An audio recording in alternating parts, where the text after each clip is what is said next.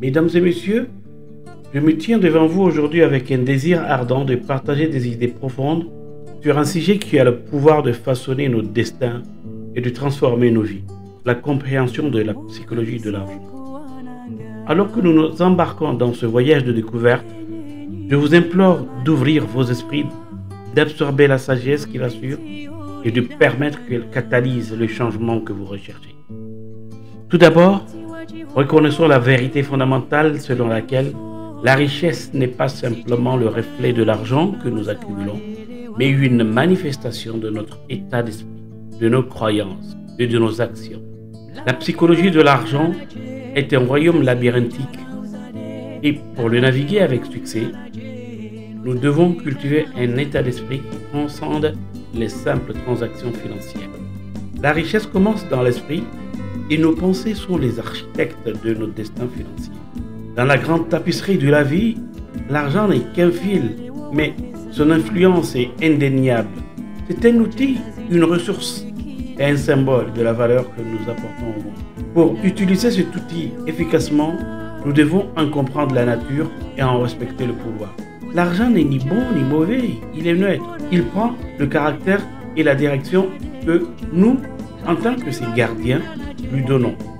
Par conséquent, la première étape vers la sagesse et la richesse est de cultiver une relation saine et valorisante avec l'argent. Considérez ceci. Nos revenus dépassent rarement notre développement personnel. Pour augmenter notre valeur financière, nous devons améliorer notre valeur intrinsèque. Earl Nightingale a dit avec sagesse: vos compétences dans la vie sont déterminées par le genre de problème que vous êtes prêt à résoudre pour quelqu'un d'autre. La richesse est le résultat des problèmes que nous résolvons, de la valeur que nous créons et de l'impact que nous produisons. Alors que nous aspirons à l'abondance financière, déplaçons notre focus de simplement chercher la richesse à devenir des individus d'une immense valeur. Dans la quête de la sagesse, de la richesse, il est crucial de reconnaître le pouvoir des habitudes. Nos actions quotidiennes cumulées avec le temps créent la vie que nous menons. La richesse n'est pas un événement, c'est un processus. Les petits choix cohérents que nous faisons chaque jour façonnent notre trajectoire financière.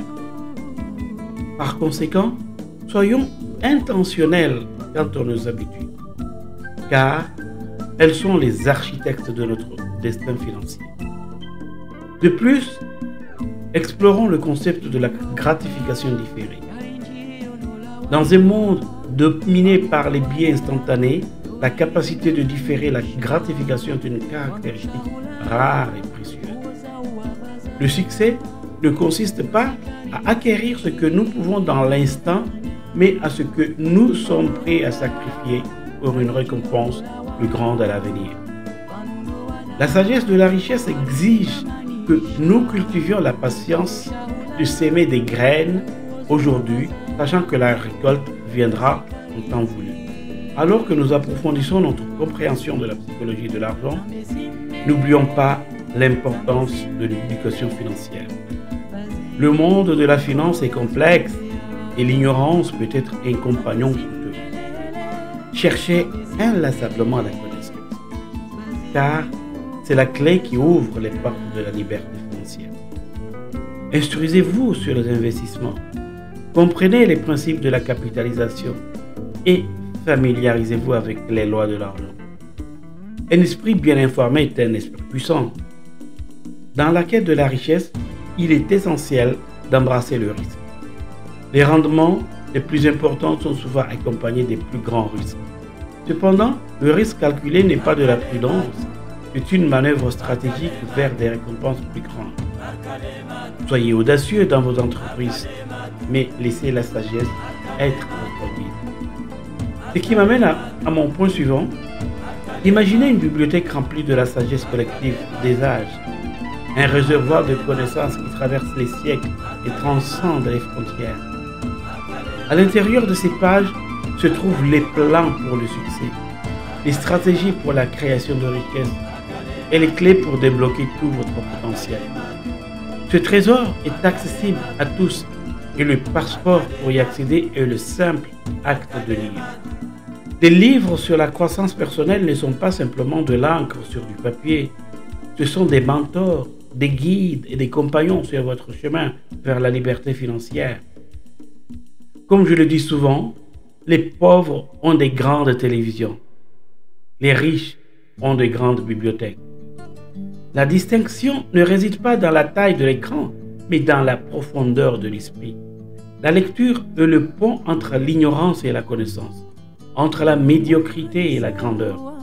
Maintenant, plongeons dans la raison pour laquelle cet acte apparemment simple détient un pouvoir transformateur.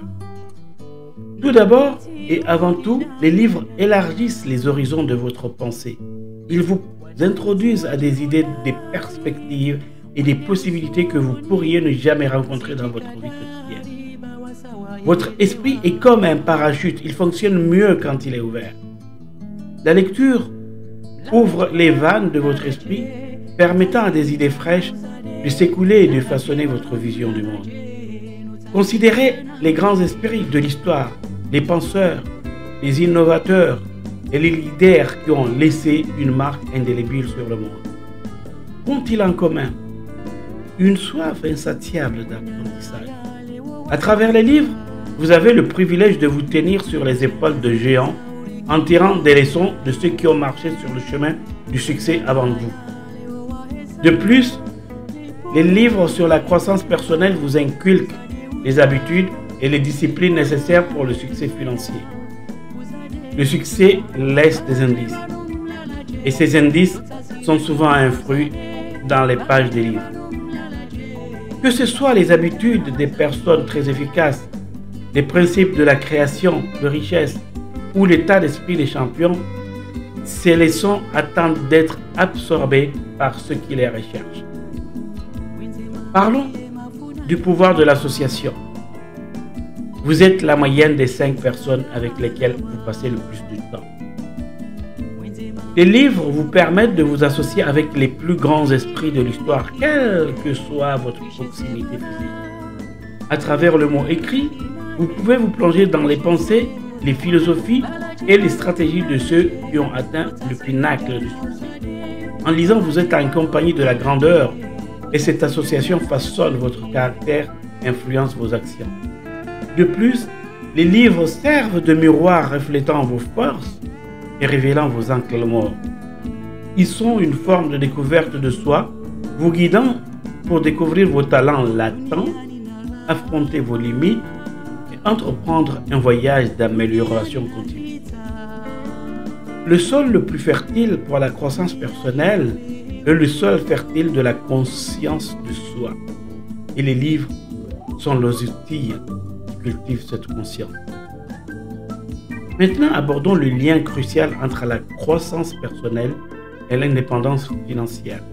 Le succès n'est pas uniquement le résultat de circonstances externes, c'est un travail intérieur. Votre monde extérieur est le reflet de votre monde intérieur.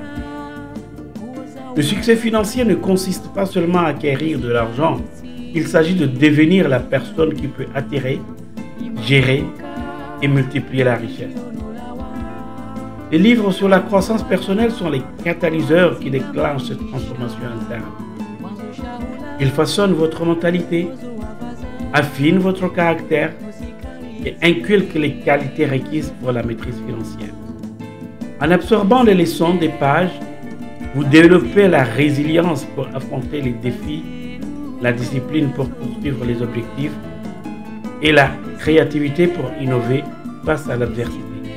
Dans le domaine de la finance, la connaissance n'est pas seulement le pouvoir, c'est la monnaie du succès. Plus vous savez, plus vous pouvez réaliser. Imaginez naviguer dans un terrain complexe sans carte. La probabilité de se perdre ou de rencontrer des obstacles est élevée. De même, dans les voyages vers l'indépendance financière, la connaissance est votre carte et les livres sont votre boussole. Permettez-moi de partager une anecdote personnelle. Dans ma vingtaine, on m'a présenté un livre qui est devenu un élément déclencheur, un livre qui a allumé la flamme du développement personnel.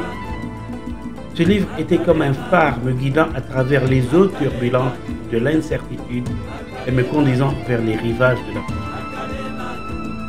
À partir de ce moment, je me suis engagé dans un voyage d'apprentissage permanent et cela a fait toute la différence.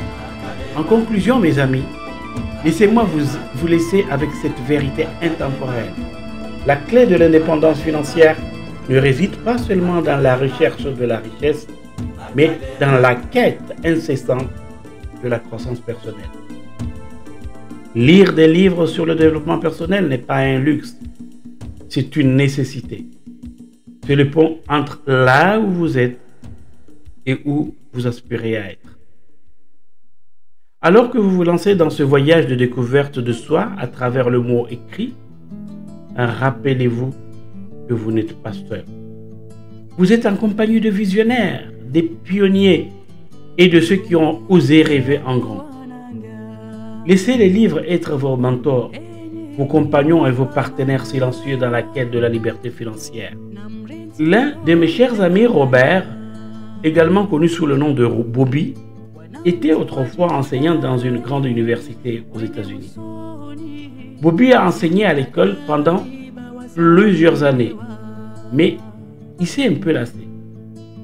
Un jour, il a décidé de se lancer dans la vente. Alors, sans en parler à personne, il a tout simplement démissionné de son poste d'enseignant et s'est lancé dans la vente. Lorsqu'il l'a fait, son frère s'est moqué de lui. Il l'a ridiculisé et il l'a rabaissé disant que Robert avait perdu la tête parce qu'il avait un bon travail d'enseignant.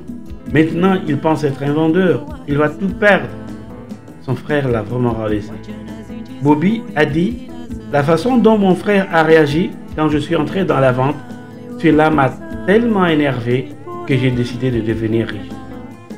Et ma question pour vous ce soir, est-il possible d'être aussi en colère? Bien sûr, la richesse n'est pas une question d'intelligence, c'est une question d'inspiration. Aujourd'hui, Robert se trouve être l'un de mes amis millionnaires. Frank Sinatra a dit un jour: la meilleure revanche est un immense succès.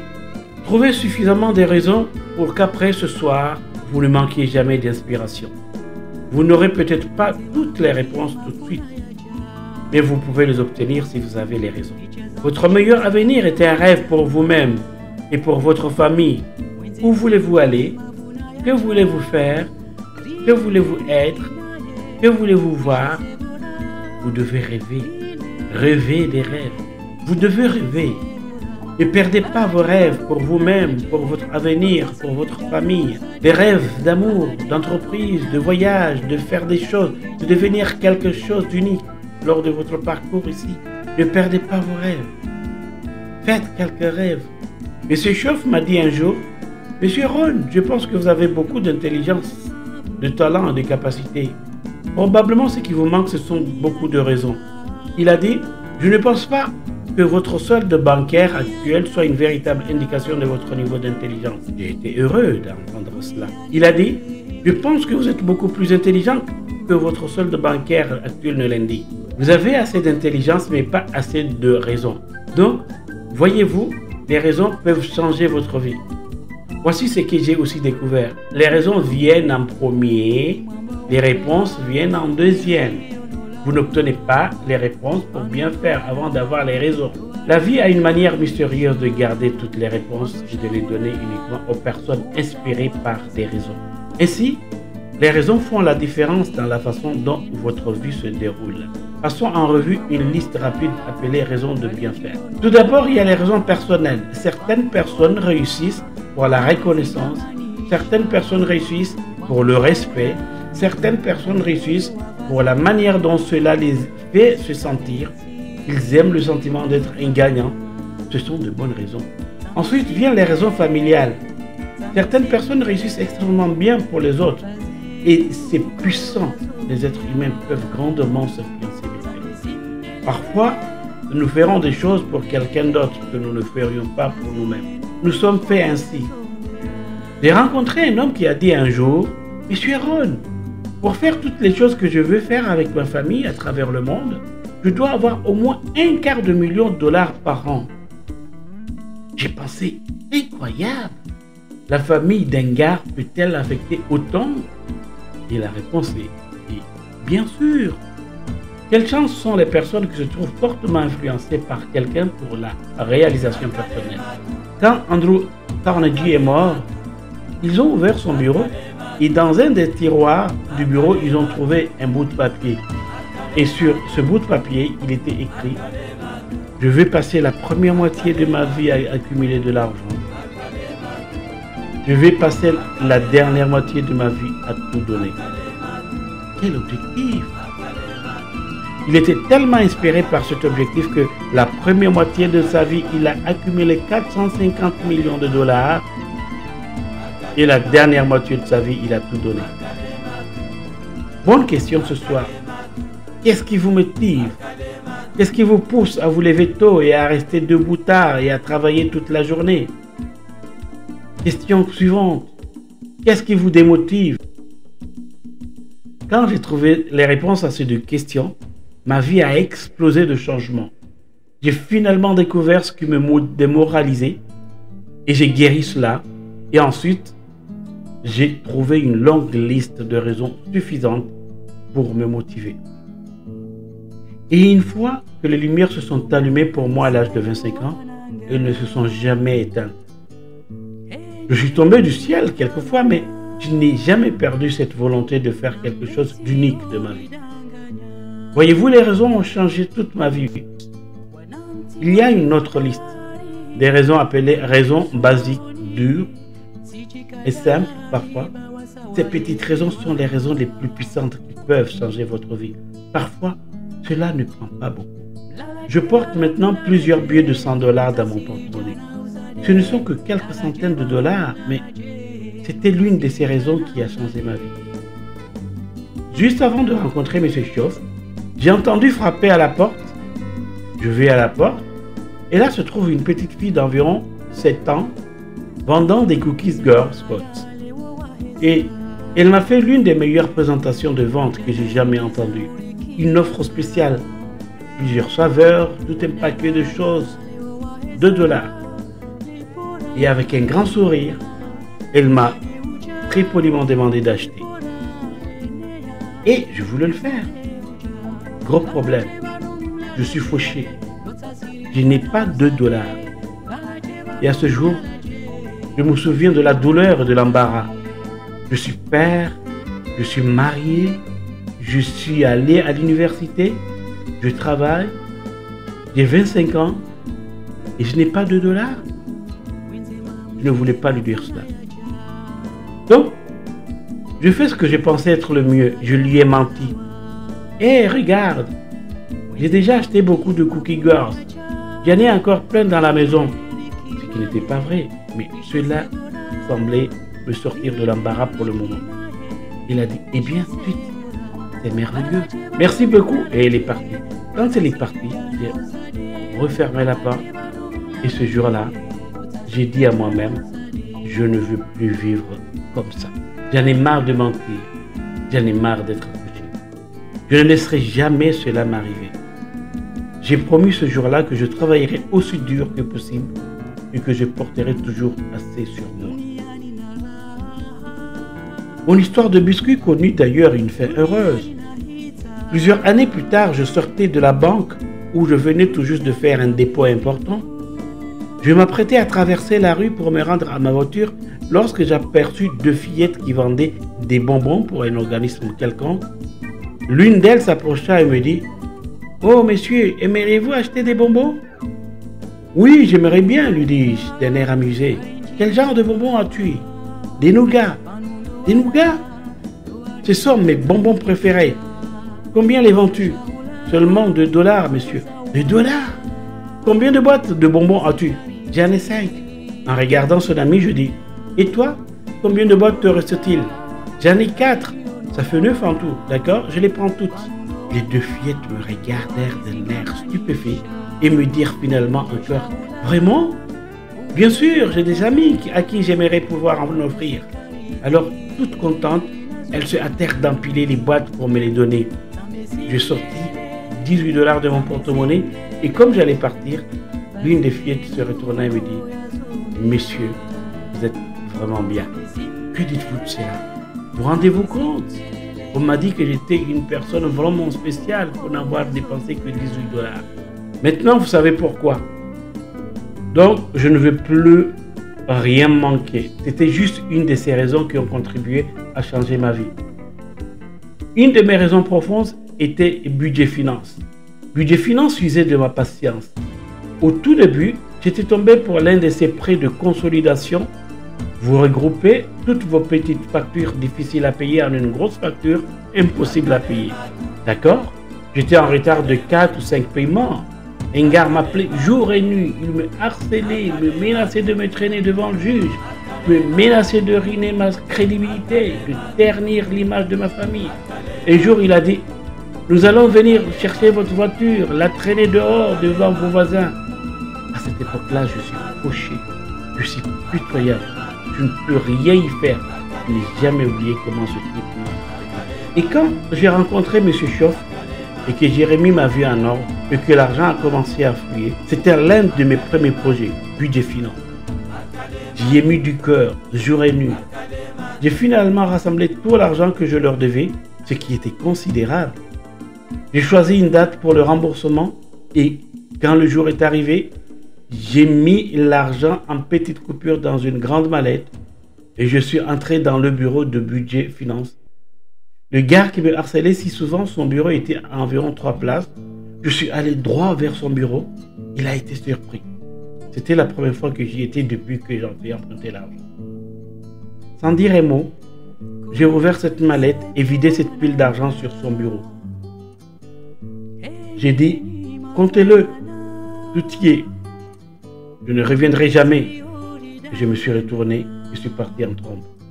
Tout ce dont vous avez besoin, c'est de la raison qui vous motive. Voici le grand défi de la vie. Vous pouvez avoir plus que ce que vous avez parce que vous pouvez devenir plus que vous n'êtes. Et bien sûr, l'autre côté de la médaille dit: à moins que vous ne changiez ce que vous êtes, vous aurez toujours ce que vous avez. J'ai trouvé dans mon expérience que le revenu ne dépasse pas beaucoup le développement personnel. Parfois, le revenu prend un bon saut, mais croyez-moi, il reviendra généralement là où vous êtes. La vie a des chemins étranges. Si quelqu'un vous donne $1 million, mieux vaut devenir rapidement millionnaire pour garder l'argent. Sinon, croyez-moi, il disparaîtra. Quelqu'un a déjà dit: si vous prenez tout l'argent du monde et le divisiez également entre tout le monde, il reviendrait bientôt dans les mêmes poches qu'avant. Incroyable, non? Le succès est quelque chose que vous attirez et non quelque chose que vous prenez. Le succès cherche un bon endroit où rester. Alors, au lieu de le poursuivre, vous travaillez sur vous-même, sur votre développement personnel. Voyez-vous, la question principale à poser au travail n'est pas qu'est-ce que vous obtenez. La question principale à poser au travail est que devenez-vous. Vous voyez, la grande question n'est pas combien suis-je payé ici. La grande question est que deviens-je ici. Parce que le vrai bonheur ne réside pas dans ce que vous obtenez. Le bonheur réside dans ce que vous devenez.